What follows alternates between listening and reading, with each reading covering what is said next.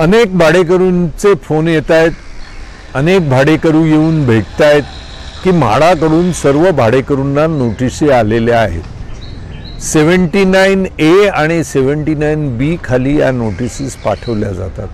सुरुवातीला नोटीस घरमालकाला दिली जाते, त्याला 6 महिने दिले जातात आणि 6 महिन्यामध्ये 51% भाडेकरूंची संमती पत्रे घेऊन प्रस्ताव सबमिट करायला सांगितला जातो. जर घरमालकातर्फे अशा पद्धतीचा प्रस्ताव आला नाही तर भाडेकरूंना नोटीस येते. त्यांना सांगितलं जातं की 6 महिन्यामध्ये प्रस्ताव सबमिट करा. भाडेकरू बुचकळ्यात पडतात की कसं काय करायचं. अनेक भाडेकरूंना राजकीय पुढारी घेऊन बिल्डरांकडे जातात आणि बिल्डरांच्या ताब्यामध्ये पूर्ण मुंबई देण्याचं कारस्थान करत असतात काही दलाल आणि काही राजकीय पुढारी. बिल्डरांकडे न जाताना देखील भाडेकरूंना स्वतःच्या इमारतीचा पुनर्विकास करता येईल, तो स्वयं पुनर्विकासाच्या माध्यमातून.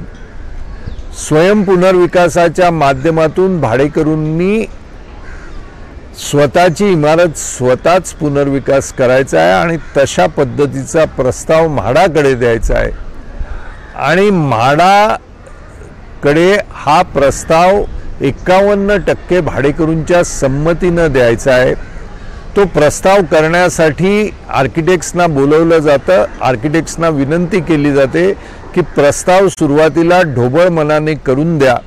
एकदा म्हाडाची संमती आल्यावर आपण बँकेकडून कर्ज घेऊन त्या कर्जाच्या माध्यमातून भाडेकरूंना द्यावयाचे भाडे, शिफ्टिंग चार्जेस व या इतर गोष्टी, तसेच आर्किटेक्टला द्यावयाचे पैसे, हे सगळे त्या व्याजातून करता येतील.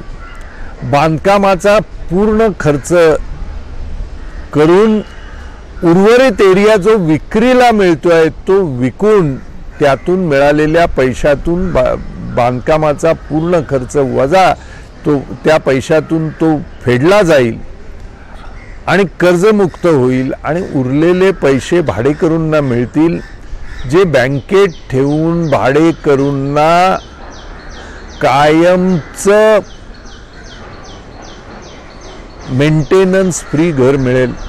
बिल्डर जिथे फक्त 400 किंवा जास्तीत जास्त 425 फूट देतो सिंगल रूमच्या अगेन्स्ट, ज्यांच्या मोठी घरं आहेत त्यांना देखील आहे तेवढेच देतो.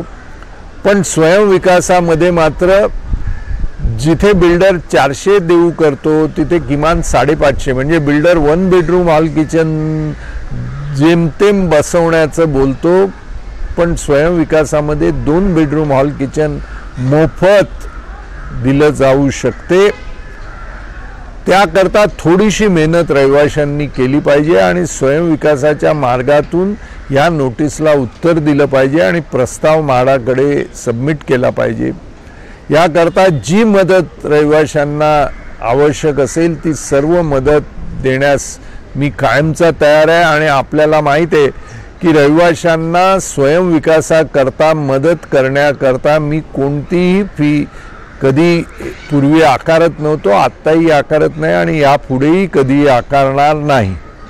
त्यामुळे भाडेकरूंनी बिल्डरांच्या ताब्यामध्ये आपली बिल्डिंग न देताना स्वयंविकासाचा मार्ग स्वीकारावा, जेणेकरून बिल्डर देतो त्यापेक्षा अधिक एरिया, बिल्डर देतो त्यापेक्षा उत्तम प्लॅन, बिल्डर देतो त्यापेक्षा चांगल्या प्रतीचं बांधकाम, आणि बिल्डर कधी वेळेवर बांधकाम देत नाही, इथे वेळेवर बांधकाम आणि मेंटेनन्स फ्री होईल अशा पद्धतीचं घर आपल्याला मिळू शकेल. एवढंच नव्हे तर आपण सोडून इतर विकत घेणारे कोण येतील हे ठरवण्याचा अधिकार आपला राहील.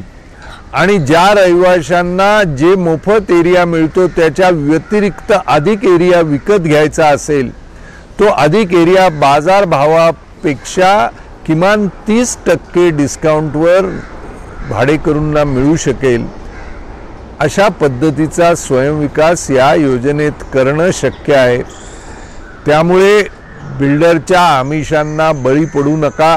स्वयंविकासाच्या माध्यमातून आपले घर बांधून घ्या आणि ज्या ठिकाणी पिढ्यानपिढ्या वास्तव्य आपलं आहे त्या ठिकाणी स्वयं विकास करून उत्तम घर आपल्याला मिळेल आणि तेही मेंटेनन्स फ्री मिळेल अशा पद्धतीची व्यवस्था करता येईल।